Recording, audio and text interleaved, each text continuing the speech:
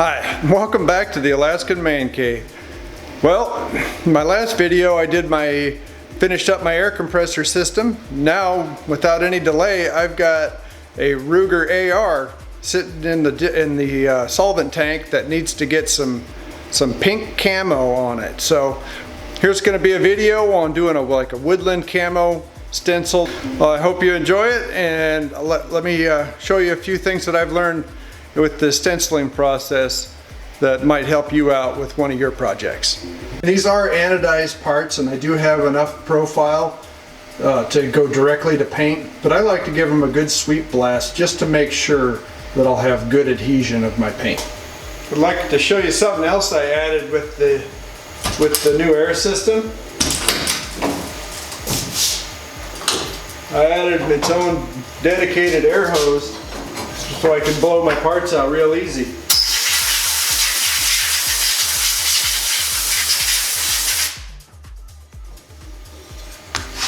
Now that these parts have been properly swept or sweep blasted, we can go ahead and get them gassing out. And while it's gassing out, I'll cut some stencils.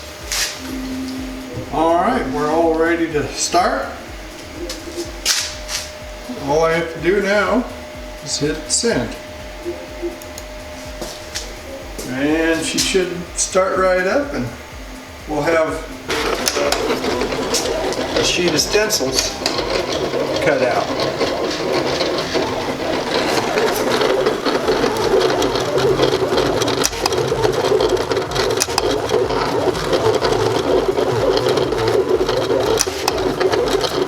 That should be enough to take care of our upper and lower and our hand. The colors I've chosen to go with this project are wild purple, prism pink, and then I made a custom color using a little bit of both the wild purple and the prism pink mixed with hidden white. Because this is going to be a 3-color paint job and I'll be painting all of my parts 3 different times, I'm going to mask off certain areas that where tolerances might be important, like the inside there where the barrel is going to slide in. With the parts properly prepped, we'll go ahead and spray the first color down. And it's important to remember when you're dealing with any type of camo that the first color you spray is actually going to look like the last color you spray. And what I mean by that is the first color is actually going to look like it's on top of all the other colors you place.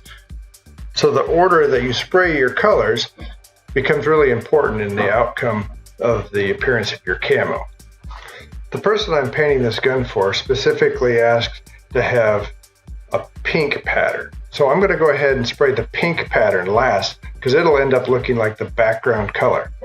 They also said they wanted purple, so I'm going to spray that color second because it'll look like it's the intermediate color. And then they wanted like a gray or a light pink for the third color. So that color I'm going to spray first, and it'll probably be the least populated color in the pattern. That way I think the customer will get the overall appearance that they're looking for.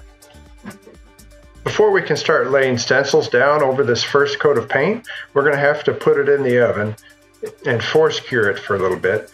What we call that is tacking. So what we need to do is put it in there. I use about 180 degrees.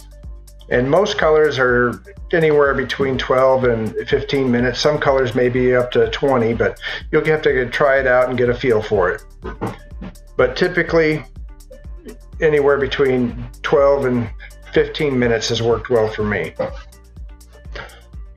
Well, our stencils have finished plotting, and we can get ready to start laying these down on our parts. So what I'm going to do is I'm going to take and randomly place down some of these stencils, and I'll try to cover roughly a third or maybe a little less of the pieces with all my stencils. When you lay your stencils down, you really got to be careful to make sure you get them pressed into the profile of your parts, especially here on the rails. Otherwise you'll end up with a bunch of underspray that gets underneath your stencils, and it kind of washes out your pattern, and it kind of gives it that, it makes it so it's not crisp and it doesn't look very professional. So take some extra time, And I use like a razor knife, or you can use a credit card or whatever you got that you can use to kind of press those stencils down into the profile of the part. Well, there we go. Got the handguard done. Now we can start working on the upper and lower, and I'll put those together and then stencil them. That way the pattern looks continuous throughout the part. There's really no rhyme or reason to it. You just got to grab the stencil that really kind of calls to you and grab that one and lay it down where it lands. And you, as you go through the next colors, you'll be able to let them overlap, and you just fill in the spaces, and each one has its home on the part. You just have to find it. I definitely recommend laying down a few more stencils than you think you actually need. From experience, the first couple of times I did Woodland Cammo, that came out really sparse. So you got to really think your camos all the way through. And as you're laying the first set of stencils down, you really got to think about the spaces where you're going to be able to apply your second set of stencils to make sure that they'll cover relatively evenly, and you'll be able to get a little bit of overlap. And then you also want to make sure that your stencils kind of match with the rest of your parts, because we have parts that are going to be, going together. And we'll continue laying those down and getting our stencils pressed into the profile. And we can, once we get all our stencils on, we'll go ahead and we'll cut the lines at the break between the upper and lower receiver, and we can separate our pieces so we can still paint them individually. At this point, it's a good chance to put our parts together and take a look at the overall appearance. And then if we need to add any more or move any of the stencils around to make them look good as a set, we can do that at this time. Well, I've got our second color sprayed on and tacked out, and we're ready to start laying the next set of stencils. When you lay down the second set of stencils, again, you're going to want to have some of the pieces overlap your first ones, so it looks like they're behind that first layer of paint. And then you're also going to want to make sure you cover another third of the surface of your part. And again, make sure you're getting your stencils to lay down nice and flat, because overspray will find a way to get underneath your stencils, and there's no better way to ruin a nice crisp paint job than seeing some overspray. This is definitely the most tedious part of the project, is laying these stencils, but if you take your time, you'll be rewarded for it in the end. The most tedious part of this will be laying the stencils over the rails. And in that area, you're definitely going to want to take a lot of time to make sure you get them to lay out right. Otherwise, you'll end up with that overspray I was talking about, or underspray in this case. So definitely take your time on the rails and make sure you get the parts pressed in there. I've also found that sometimes when you're trying to get the stencils to stick and follow your profile, you can hit them a little bit with a heat gun, and it'll help them stretch into the profile of the part.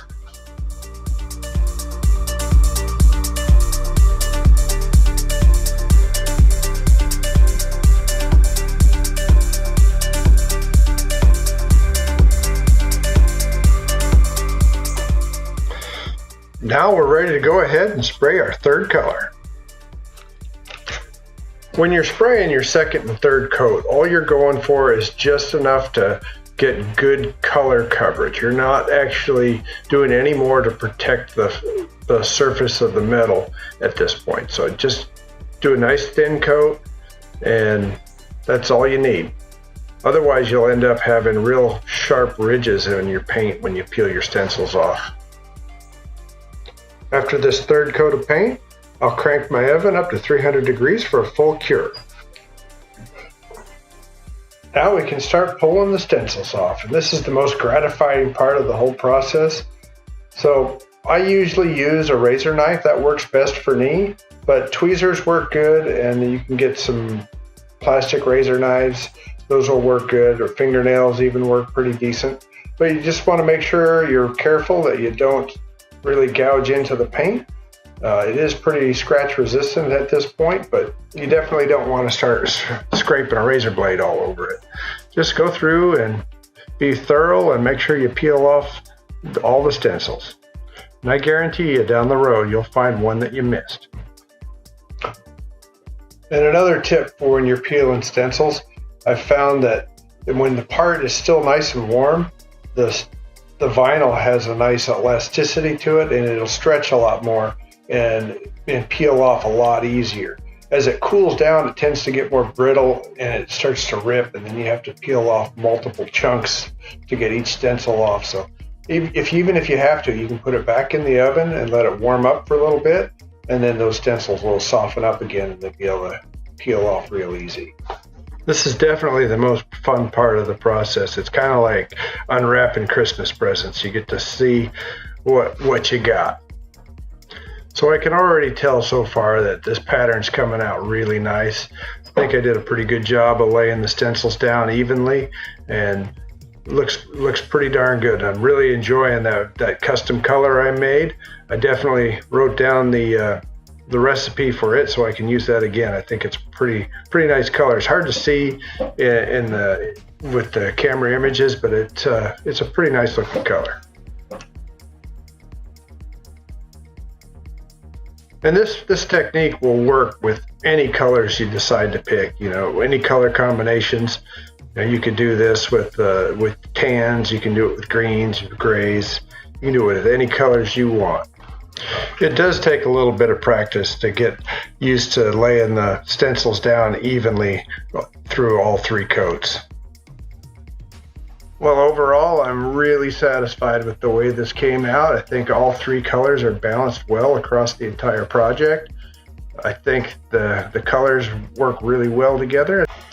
Well, I hope you've enjoyed this video. If you've got any questions or comments, please leave it down below. I've definitely enjoyed this one. This is a good project, and I'm real pleased with the overall results. Thanks for watching. We'll see you on the next one.